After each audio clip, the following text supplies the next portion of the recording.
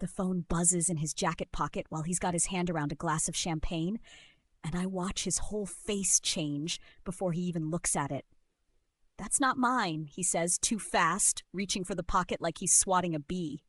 "Give me that, Meredith." I already have it in my hand. The screen is lit up with a name I don't recognize. Jess. And a photo attached that no wife needs explained to her, not on her husband's 40th birthday, not in front of both our families. Not ever. Corbin Ashworth had 2 phones. I only ever knew about one of them. By the time the candles on his cake burned down to nothing that night, everyone in that backyard knew about the other. And so did I, in a way that changed everything that came after. Let me back up because you need to understand how long this had been building before it finally cracked open in front of 40 people holding paper plates. Corbin and I had been married for 11 years. We met at a mutual friend's wedding back when he was 29 and still had that easy, disarming laugh that made you feel like you were the only person he wanted to talk to in a crowded room. That laugh worked on me for over a decade. It worked on his mother, Pauline, who thought her son could do no wrong. It worked on my mother, Doreen, who used to tell people her son-in-law was a real catch, a keeper. It worked on my best friend, Kaylee, who planned half his birthday party that year because I asked her to and because she genuinely liked him. It did not, as it turned out, work on me anymore. Not after that phone lit up. We'd built a life that looked good from the outside. A house in a decent suburb, 2 kids, a dog named Biscuit that Corbin swore he didn't want, and then spoiled rotten. He ran a small commercial insurance agency. I taught middle school art 3 days a week and worked part-time, doing the books for a friend's floral shop the other 2. We weren't rich. We were comfortable, and comfortable felt like enough for a long time. I should tell you that the signs had been there for months before that party. I just hadn't let myself add them up. He'd started working late more often, coming home smelling like a different cologne than the one I bought him for Christmas. He'd gotten cagey about his phone, angling it away from me at the dinner table, turning the screen down on the nightstand like it was instinct now instead of a choice. Twice I'd asked him, straight out, if something was going on, and both times he'd looked at me like I was the one being unreasonable. "You're being paranoid," he told me once, standing in our kitchen with his arms crossed. "I work 60 hours a week to keep this house running, and you're accusing me of—" "What exactly? Say it." I didn't say it because I didn't have proof. I had a feeling, and feelings don't hold up well against a man who can look you dead in the eye and act wounded that you'd even ask. So I let it go. Twice. That's the part that still makes me feel like an idiot when I tell this story. Not that he lied, but that I let him talk me out of my own instincts, not once, but twice, because it was easier than blowing up a life I'd spent 11 years building. The birthday party was my idea, if you can believe that. Turning 40 felt like a milestone worth doing right, so I rented the backyard string lights, ordered a cake from the good bakery, and invited everyone who mattered to both of us. His parents, my parents, his brother Desmond and his wife Tabitha, a dozen friends from both sides, and my sister-in-law Renita, who'd flown in from 3 states away just for the weekend. 40 people, a taco truck parked on the street, and a banner that said 40 and fabulous that Kaylee had insisted on, even though Corbin rolled his eyes at it. For most of that evening, it was a genuinely good party. Corbin was in his element, center of attention, cracking jokes, telling the story about the time he backed his truck into a mailbox and blamed it on a raccoon. His mother kept dabbing at her eyes, saying she couldn't believe her baby was 40. My father made him do a shot of tequila even though Corbin hated tequila, just because that's what fathers-in-law do. It was warm out, the string lights had just come on, and for about 2 hours, I actually let myself relax and enjoy it. Then his phone rang. Not the one in his pocket that he'd been checking all night, the good, obedient phone, the one I knew the passcode to, the one that lived on the kitchen counter, charging every night like clockwork. This was a second phone, buzzing from inside his jacket, which was draped over the back of a folding chair near the drink table, because it had gotten warm enough that he'd taken it off an hour earlier. I wasn't snooping. I want to be clear about that, because people always ask. I went to grab his jacket because the wind had picked up and I thought he might want it. and I felt something vibrating against my hand through the fabric. I pulled the phone out on instinct, the way you'd pick up any ringing phone near you, thinking maybe it was his work line and something urgent had come up. It wasn't his work line. The screen showed a name, Jess.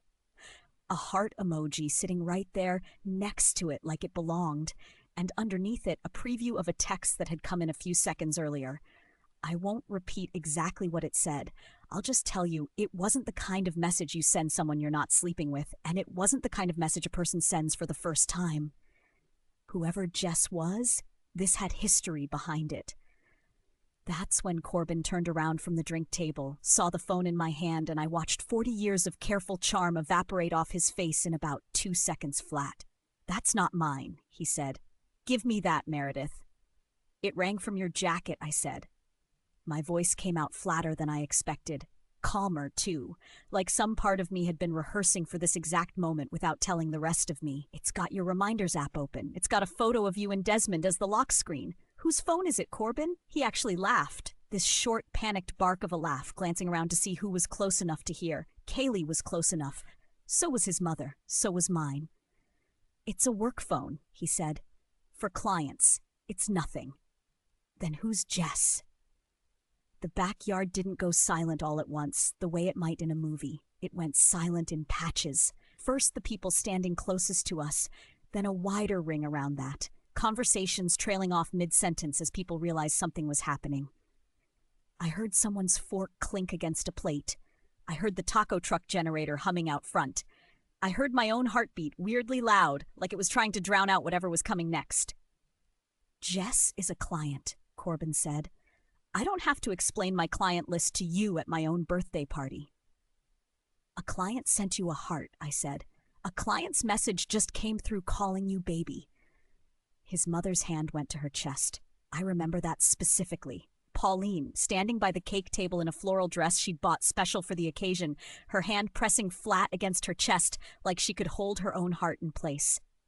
My mother didn't say anything. She just looked at Corbin the way you look at someone you're recalculating in real time. "Give me the phone," Corbin said again, and this time his voice had an edge to it, something closer to a threat than a request, low enough that maybe he thought only I would catch it. "Not here. Not like this." "You brought 2 phones to your own birthday party," I said. "You tell me when the right time would have been." He lunged for it. I want to be honest, he didn't hit me. He never hit me in 11 years, but he grabbed for that phone hard enough that I stumbled back a step, and the sound that came out of the crowd behind me was somewhere between a gasp and a groan, the sound of 40 people watching something they couldn't unsee. I didn't let go of it. I held on to that phone like it was the last laugh off a sinking boat, because in a way, it was the only piece of physical, undeniable proof I had after 11 years of being told I was imagining things. Corbin. That was Desmond, his own brother, stepping in between us with both hands raised. "Corbin, back up! Just back up, man!"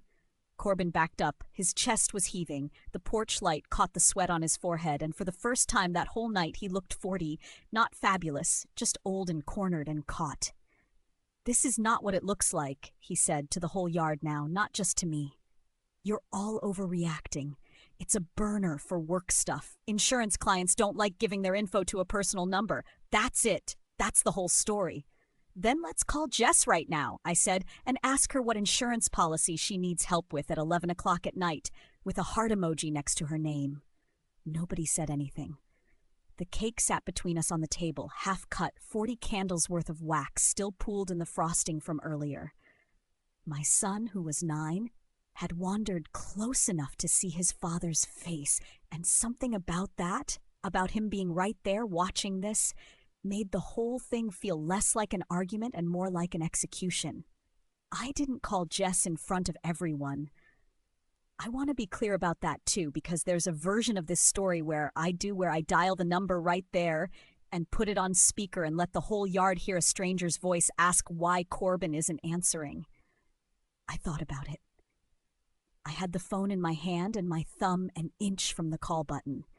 But I looked at my son's face, and I looked at my daughter, 5 years old, tugging on Kaylee's sleeve, asking why everyone stopped talking.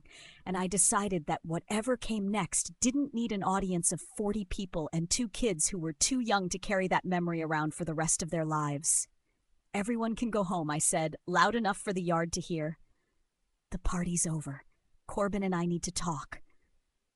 Nobody moved for a second. Then Pauline started crying, actually crying, and Desmond put his arm around her and steered her toward the house. My mother came and stood next to me, close enough that her shoulder touched mine, and she didn't say a word. She just stood there like a wall, like she'd decided whatever happened next, she wasn't going anywhere. Kaylee took the kids inside to watch a movie, throwing me a look over her shoulder that said she'd be back the second those kids were distracted. Guests filtered out in 2s and 3s, murmuring apologies nobody needed to make, leaving paper plates half full of cake on the folding tables, string lights still glowing over a yard that had gone from a celebration to a crime scene in under 10 minutes. Corbin and I ended up on the back porch steps, away from what was left of the crowd, the second phone still clutched in my hand like evidence I refused to hand back to the person it belonged to. "Talk," I said.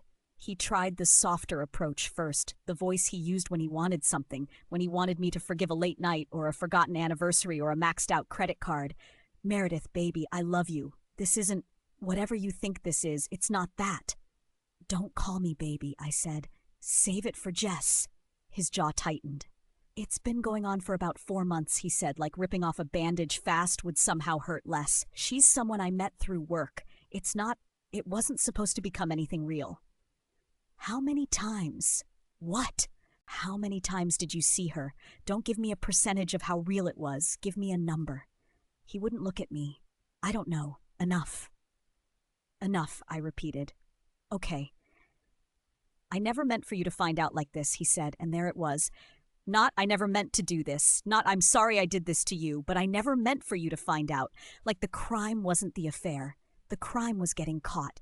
That's the moment something in me went very quiet and very clear. I'd spent 11 years assuming that if I ever found real proof, I'd fall apart. Instead, I felt strangely calm, like I was standing outside my own body watching a woman finally see something she'd been squinting at for months. "You called me paranoid," I said. "Twice. I asked you straight out if something was going on, and you stood in our kitchen and made me feel crazy for asking." "I know. You don't get to say I know like that fixes it." He rubbed his hands over his face. "What do you want me to say?" "I want you to tell me who Jess is, her whole name, where you met her. I want the truth, all of it, right now, because after tonight, you don't get the luxury of me finding out in pieces." "So," he told me, "her name was Jessalyn Marsh. She worked at a marketing firm that handled some of his agency's advertising, which is how they'd met. A work lunch that turned into texting, that turned into just coffee, that turned into a hotel room 40 minutes from our house on a Tuesday afternoon when he'd told me he had a client meeting out of town. 4 months, like he'd said, though by the end of the conversation I suspected it might have started earlier than that and he was rounding down out of habit. I asked why the second phone. He said it started as a way to keep his business number separate. And then it became easier, his word, easier, to keep that whole part of his life in a device I'd never think to check because I didn't even know it existed. "You built an entire secret architecture," I said, "just so you could keep lying to me efficiently." He didn't have an answer for that one. We sat on those porch steps for almost an hour.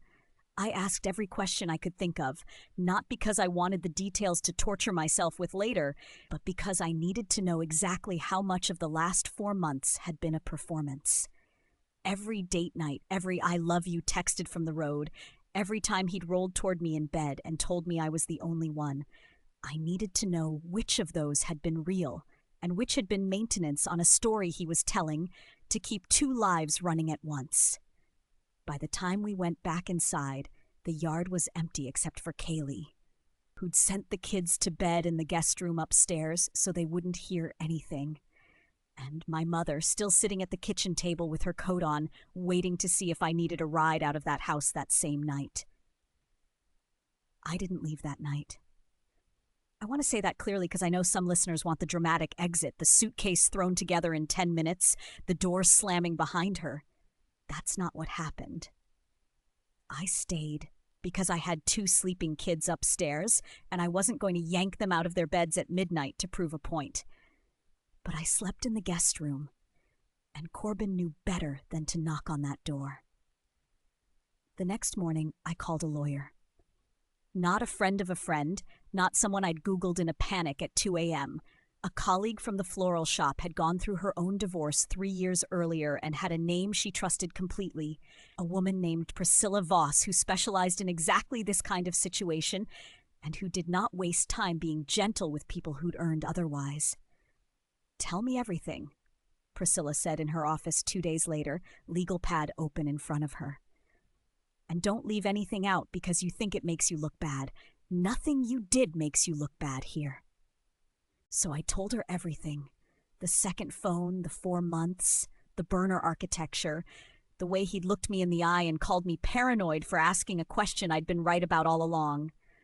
She took notes the whole time, and about halfway through, she looked up at me and said something I've held on to ever since. "People like your husband," she said, "think they're the only ones smart enough to run 2 lives at once. They're not. They're just the only ones dumb enough to think nobody else will figure out how." The financial picture, once we started digging, told its own story. Corbin's agency was profitable, more profitable than he'd ever let on around the house. He'd been telling me for 2 years that money was tight, that we needed to watch our spending, that a family vacation would have to wait another year, while quietly funneling extra income into an account I didn't know existed. Some of that money, it turned out, had gone toward hotel rooms and dinners with Jesselyn. Some of it had gone toward a watch he'd bought himself that I'd never seen him wear at home. All of it had been kept separate from our joint accounts, the same way the second phone had been kept separate from our life. He was building a whole shadow version of himself, Priscilla said, flipping through the bank statements we'd subpoenaed. Shadow phone, shadow money, shadow relationship. The good news for you is that shadow versions leave paper trails. People who think they're clever rarely are. It took about 7 months for the divorce to finalize, which Priscilla told me was actually fast, all things considered. Corbin fought some of it. He wanted to argue that the extra income was business reinvestment, that the second phone was administrative, that Jesselyn was a private matter unrelated to marital assets. Priscilla dismantled every one of those arguments with a patience that almost scared me. She had the phone records. She had the hotel receipts pulled from a credit card statement he'd forgotten was linked to an account we technically still shared. She had text message metadata that even his own lawyer couldn't spin into anything but exactly what it was. Your husband, she told me near the end of it, made the mistake every guilty person makes. He assumed being caught was the worst thing that could happen to him. It wasn't. Being caught with a paper trail this clean is what actually cost him. The comeuppance, when it landed, wasn't loud.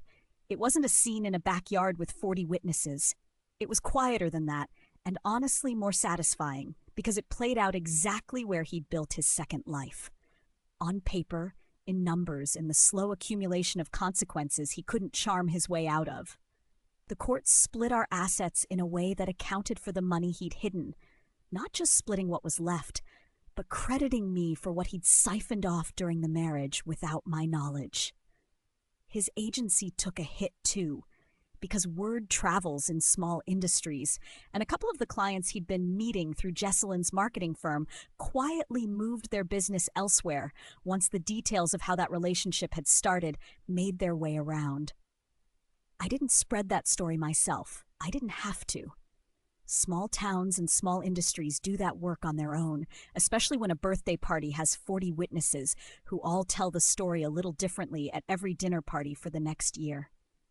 His mother, Pauline, called me about a month after the party, crying again, this time apologizing on her son's behalf, like she could somehow absorb the shame for him. I raised him better than this, she kept saying. I told her she probably had, and that whatever he'd become somewhere along the way wasn't really about her parenting anymore. It was about a grown man who decided lying was easier than being honest, and kept choosing it over and over until it caught up with him in front of everyone he loved. Desmond, his own brother, testified in a deposition about a conversation Corbin had had with him months before the party. Corbin had told him about Jesselyn back when it started, sworn him to secrecy, and Desmond had carried that weight on for months, hating every minute of it. When it finally came out at the party, Desmond told me later it was almost a relief because he no longer had to be the one holding a secret that wasn't his to hold. "I should have told you," he said, sitting across from me at a coffee shop about 2 months after everything blew up. "I thought about it every single day. I just didn't know how." "You don't owe me an apology," I told him. He does. Corbin moved out of the house in the 9th month after the party into an apartment about 20 minutes away. He and Jesselyn didn't last. I heard through the grapevine, the same grapevine that told me everything else, that she'd found her own version of a second phone about a year later, this time belonging to someone else's husband, and decided she didn't love being on the other end of that particular arrangement. I can't say I felt much of anything when I heard that. Some things just settle themselves out, given enough time. As for me, I kept the house. I kept the kids in their same schools, same rooms, same bikes in the same garage, because whatever else fell apart, I wanted their lives to stay recognizable. I went back to teaching full-time the following year once the finances stabilized enough that I didn't need the second job at the flower shop anymore, though I still stopped by sometimes just to see my friend and buy flowers for no reason at all. I still have that phone, by the way, the second one. It sits in a drawer in my closet, dead now, battery long since given up, but I never got around to throwing it away. Not because I need the reminder. I don't think about that birthday party as often as you'd think, given how much it changed. But because there's something almost funny to me now about how much damage a man did to himself with a device he thought made him untouchable. He built that whole second life to protect himself from consequences, and instead he handed me the exact proof I needed, charged and glowing, right there in his own jacket pocket, at the one party where every single person who mattered to both of us was standing close enough to watch it happen. Some men think they're clever enough to run 2 lives without either one finding out about the other. Corbin thought that too, right up until the moment his own phone rang in a room full of witnesses and told the truth louder than he ever could. If you'd found that phone buzzing in his jacket, would you have called the number right there in front of everyone? Or waited like I did? Tell me in the comments, and if you want more stories like this one, hit subscribe, because there are plenty more where people thought they'd gotten away with it.